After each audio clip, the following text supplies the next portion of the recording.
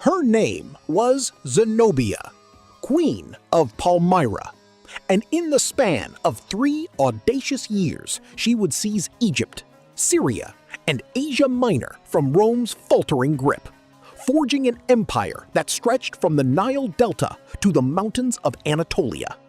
She would style herself Empress of the East, mother of a new world order, and challenger of the mightiest military machine in human history.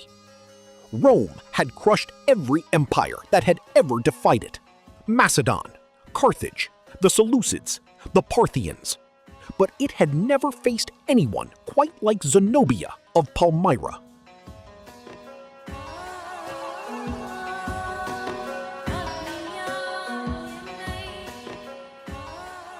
To understand Zenobia, one must first understand Palmyra, the city that made her.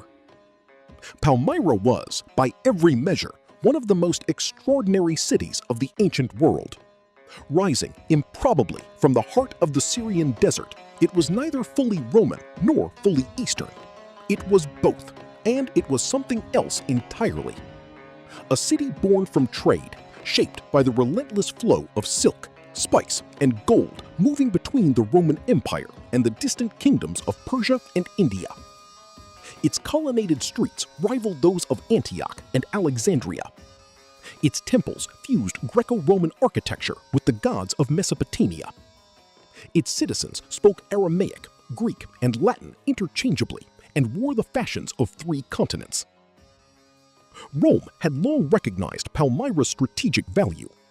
Positioned as a buffer state between the empire's eastern provinces and its great rival, the Sassanid Persian Empire, Palmyra was tolerated as a semi-autonomous client kingdom, rich, powerful, and useful. Its rulers bore Roman titles, but governed with near total independence. By the mid-3rd century, Palmyra's ruling family was the Septimii, and its most powerful member was not its officially recognized king, but his wife, whose full name in the Palmyrene tongue was Bath-Zabai, was a figure of almost impossible biographical richness. Ancient sources, most of them Roman men deeply uncomfortable with her power, described her as exceptionally beautiful, fiercely intelligent, and possessed of a physical endurance that shamed her male contemporaries. She hunted lions on horseback. She conducted diplomatic meetings with ambassadors in Latin and Greek. She had read and personally debated the works of Plato and Homer. She claimed descent through a deliberately constructed royal genealogy from none other than Cleopatra VII of Egypt and the great Macedonian warrior queen Apama. Whether historically accurate or not, the message was deliberate and unmistakable. Zenobia positioned herself within a lineage of women who had commanded empires. In 260 CE, her husband, King Odaenathus of Palmyra, performed a remarkable service for Rome. When the Roman Emperor Valerian was captured by the Sassanid Persian Shah Shapur I, a humiliation without precedent in Roman history, it was Odaenathus who rallied his Palmyran cavalry and drove the Persians back from Roman territory, saving the Eastern Empire from total collapse. Rome, in desperate gratitude, effectively granted Odaenathus control over all Roman eastern provinces. Palmyra had never been more powerful, and then, in 268 CE, Odaenathus was assassinated, the victim most likely of an internal court conspiracy. His young son, Valbalathus, nominally inherited the throne. His mother, Zenobia, took the actual power, and she had a vision that Rome would find very difficult to accept. Zenobia did not stumble into rebellion. She planned it. As regent for her young son, she inherited one of the most capable military machines in the Near East, the Palmyrene army. Unlike the standard Roman legions of the period, increasingly composed of barbarian feudati, underpaid and disloyal, Palmyrena's forces were a unique fusion of military traditions. Their heavy armored cavalry, known as clibanarii, were encased head to toe in iron scale armor, riding iron-barded horses. They were the tanks of the ancient world, virtually unstoppable in a direct frontal charge. Alongside them fought disciplined Palmyrene archers, Syrian light infantry, and Bedouin desert riders whose knowledge of terrain made them invaluable. Zenobia also understood something equally important. War is won before the first sword is drawn. She spent 2 years consolidating her internal power base, removing rivals, cementing the loyalty of her generals, and cultivating alliances across the eastern provinces. Her most important appointment was her general-in-chief, Zabdas, a veteran commander of immense skill, and her chief political advisor, the Greek philosopher Cassius Longinus, one of the great intellectuals of the age. She was building not just an army, but a court, a legitimate imperial court designed to rival Rome itself. Zenobia made her move. Her general Zabdas led a Palmyrene army of perhaps 70,000 men south into Roman Egypt.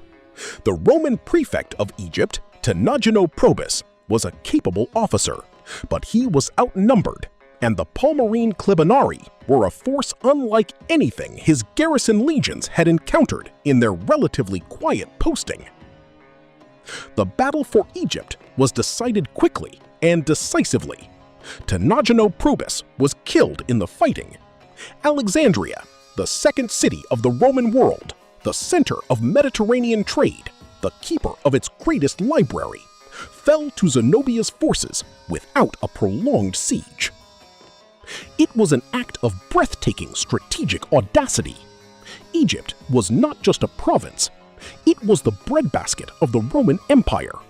The grain that fed the city of Rome itself flowed from the Nile Delta.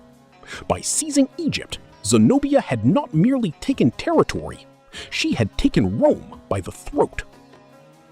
She was not finished. Within months, Palmyrene forces swept northward through Syria, Palestine, and into Asia Minor, modern-day Turkey, as far as Ankara. Roman governors either fled or submitted. The population of many cities, exhausted by decades of Roman misrule and economic exploitation, greeted the Palmyrene forces not as invaders, but as liberators. By 271 CE, Zenobia controlled an empire stretching from the borders of modern Libya to the mountains of central Turkey. She commanded more Roman territory than any external power had held since the days of Hannibal. She minted her own coins, bearing the image of herself and her son, in cities that had minted only imperial Roman currency for 300 years. She assumed the title Augusta, Empress. Her son was declared Augustus, Emperor. She was no longer a client queen. She was a rival emperor.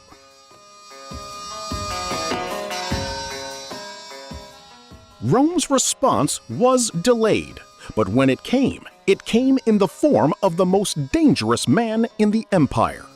Lucius Domitius Aurelianus, known to history simply as Aurelian, had seized the imperial throne in 270 CE, the same year Zenobia launched her eastern offensive. He was, by universal contemporary account, a man of extraordinary physical and mental severity. His soldiers called him Manu ad Ferrum, hand on sword. He had risen through the ranks of the cavalry, surviving every catastrophe of the crisis of the 3rd century through a combination of tactical brilliance, iron discipline, and an almost pathological refusal to accept defeat. His first priority had been to stabilize the Western Empire, which he had done with brutal efficiency, crushing Germanic invasions, rebuilding Rome's walls, reuniting a breakaway empire in Gaul. Now, in 272 CE, he turned east. Aurelian understood what Zenobia's empire represented. It was not merely a territorial loss.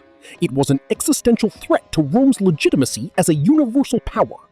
If a queen in the Syrian desert could take Egypt and Asia Minor and simply hold them, what message did that send to every other restless governor, every ambitious general, every client king on the frontier? He could not allow it to stand. Aurelian's campaign moved with devastating speed. In Asia Minor, The Palmyrene garrisons, spread thin across an enormous territory, could not concentrate fast enough to stop him. City after city submitted or was taken. Aurelian was ruthless with those who resisted and conspicuously merciful to those who surrendered. A calculated policy designed to peel away Zenobia's support base. The decisive confrontation came near the ancient city of Ime, on the plains outside Antioch. Here, for the first time, Zenobia's army met Aurelian's legions in open battle, and here the full military genius of both commanders was put on display. Zenobia's battle plan was straightforward and logical, built around her greatest military asset, the Klebanari. These armored knights were virtually invulnerable to conventional weapons. Their charge, if delivered at the right moment against disordered infantry, was irreversible. Aurelian knew this, and he prepared a counter that was as elegant as it was ruthless. He ordered his own cavalry not to stand and fight the Klebanari charge, but to retreat, to flee, to draw the Palmyrene heavy cavalry far forward, away from their infantry support, into the punishing Syrian heat. Iron armor in a desert summer is a furnace. The Klebanari pursued the retreating Romans with murderous enthusiasm, and as their horses slowed and their riders began to bake inside their metal suits, Aurelian's cavalry turned. The exhausted, overextended Palmyrene heavy cavalry were cut down almost to a man. Deprived of their armored shield, the Palmyrene infantry, more lightly equipped and less cohesive than Roman legionaries, began to fracture under a coordinated Roman assault. The battle collapsed into a rout. Zenobia fell back to the great city of Emesa. She regrouped, she fought again, and again Aurelian's tactical discipline carried the day. Finally, she retreated to Palmyra itself, her home, her fortress, the city that had given her power. And she sent desperate embassies eastward to the Sassanid Persian Empire, begging for military support against Rome. The Persians did not come.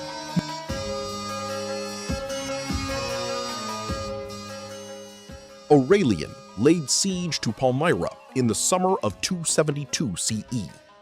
The city was formidably defended. Its walls were thick, its garrison was loyal, and the desert itself was a weapon. Supply lines stretched impossibly thin across hundreds of miles of sand. Aurelian suffered a wound during the siege operations, struck by an arrow.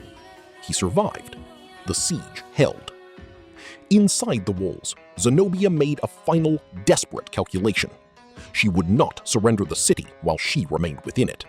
But if she could escape east, cross the Euphrates, reach Persia, she might yet raise a new army, return with Persian allies, and reverse the verdict of battle. It was a slender hope. It was the only hope she had. She slipped out of Palmyra at night on a fast dromedary camel, riding for the Euphrates. She nearly made it. Roman cavalry intercepted her at the river's edge, within sight of the Persian shore. Zenobia, Queen of Palmyra, Empress of the East, was captured. The city of Palmyra surrendered shortly after. Aurelian, true to his policy of calculated mercy, spared the city and its population. He installed a Roman garrison and departed westward, taking Zenobia with him. He had barely crossed back into Asia Minor when a messenger caught him with devastating news. Palmyra had revolted. The Roman garrison had been massacred. Aurelian turned back, and this time there would be no mercy. The city of Palmyra, those magnificent colonnades, those soaring temples, those marble streets that had witnessed the marriage of East and West, was systematically plundered, then systematically destroyed. Its treasure was stripped. Its population was enslaved or scattered. Its buildings were pulled down to their foundations. Palmyra never recovered. The city that had once rivaled Alexandria faded to a ghost town within a generation. Today, its haunting ruins rise from the Syrian desert, a forest of broken columns standing in silence where an empire once breathed.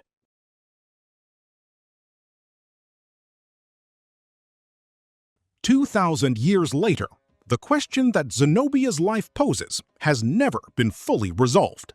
She lived in a world that had decided with absolute institutional conviction that power belonged to men, Roman men specifically. She had no legions born of Roman tradition, no senate to legitimize her decrees, no centuries of imperial mythology behind her name. She had a desert city, a cavalry army, a philosopher, and a will of iron. With those tools, she built an empire. She was defeated, ultimately, not because her vision was wrong, but because the weight of Roman institutional power, its ability to absorb disaster, to replace emperors, to march another army across another desert, was simply too vast for any single challenger to overcome alone. She needed allies who did not come. She needed more time, which the desert did not give her. But she had come breathtakingly close. She was said to surpass in beauty even Cleopatra, and in valor any man. Historia Augusta. Rome wrote that line about the woman it had just defeated and domesticated. It was meant, perhaps, as a compliment. But read carefully. It reveals something Rome could never quite bring itself to fully admit. That in the long contest between Zenobia of Palmyra and the Roman Empire, the empire had won the war, but the woman had won the memory. History remembers conquerors, but it loves, with a deeper and more enduring affection, those who dared to challenge them.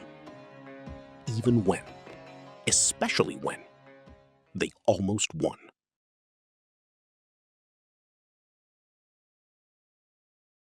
This is Legacy Epic. We'll catch you on the next one.